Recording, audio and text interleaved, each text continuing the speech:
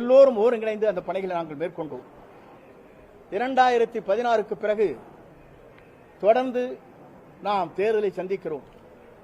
தேர்தல் களம் என்பது எவ்வளவு போராட்ட களமாக இருக்கிறது என்பதை நாம் அறிவோம். நான் எதற்காக சொல்லுவேன் என்று சொன்னால், புரட்சித் தலைவி பற்றி காளிமுத்து அவர்கள், கண்ணதாசன் போன்றவர்கள், மற்ற பெயரை சொல்லவில்லை என்று உயிரோடு இருக்கிறார்கள், அவரை பற்றி சொல்லக்கூடாது. அவர் பேசிய வார்த்தைகள் இன்றும் தொண்டர் மத்தியிலே இன்றைக்கும் நெஞ்சத்திலே முள் குத்துவதை போல இருந்து கொண்டிருக்கிறது. அப்படி பேசினாலும் கூட புரட்சித் தலைவி அம்மா அவர் 1991 அப்போது சட்டமன்றத்தில் இருந்து திராவிட முன்னேற்ற கழகத்தை சார்ந்தவர்கள் இங்க இருக்கிற அனைத்து இந்திய அண்ணா திராவிட முன்னேற்ற கழகத்தில் இருக்கிற மூத்தவர்களை நீங்கள் மதிக்கப்படவில்லை என்று சட்டமன்றத்திலே பேசினார்கள். அப்போது புரட்சித் தலைவர் எழுந்து சொன்னார், இங்கே எனக்கு அருகாமையிலே அமர்ந்து கொண்டிருக்கிறவர்கள் எங்கே இருந்தார்கள், எப்படி என்னை விமர்சனம் செய்தார்கள். ஆனால் எல்லோரையும் அரவணைத்து பாசத்தோடு பண்போடு அங்கே இருக்கிற எனக்கு வயது முதிர்ந்தவர்களாக இருந்தாலும் அரசியல் அனுபவமிக்கவர்களை வைத்துக் கொண்டுதான் இந்த இயக்கத்தை நடத்த முடியும், ஆட்சியை நடத்த முடியும் என்ற நோக்கத்தோடு தான் இந்த பணிகளை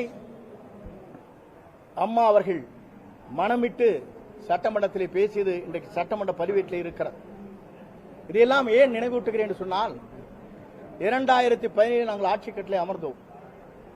அமர்ந்ததற்கு பிறகு 2019 தேர்தல், 21 தேர்தல், அதற்கு பிறகு 24 தேர்தல், உள்ளாட்சி தேர்தல் போன்ற தேர்தலை நாம் சந்திக்கின்ற போது களத்திலே பல்வேறு பிரச்சனைகள் ஏற்பட்டிருக்கிறது.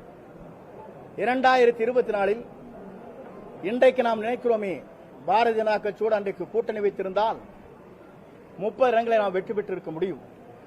இதையெல்லாம் நாம் வருடத்திலே நினைவூட்டினோம். அது சகோதரர் வேலுமணி கூட ஒரு முறை அந்த கருத்துக்களை வெளிப்படுத்தினார். அதற்கு பிறகு நாங்கள் எல்லாம் தேர்தல் முடிந்ததற்கு பிறகு நம்முடைய கழக பொதுச் செயலாளரை சந்தித்தோம். சந்தித்ததற்கு காரணமே, கழகம் தொய்வோடு இருக்கிறது. தேர்தல் களத்திலே நாம் எவ்வளவு யூகத்தை வகுத்தாலும் வெற்றி வாகை சூட முடியவில்லை. கழகத்தை ஒன்றிணைக்கப்பட வேண்டும், வெளியே சென்றவர்களை இணைக்கப்பட வேண்டும்.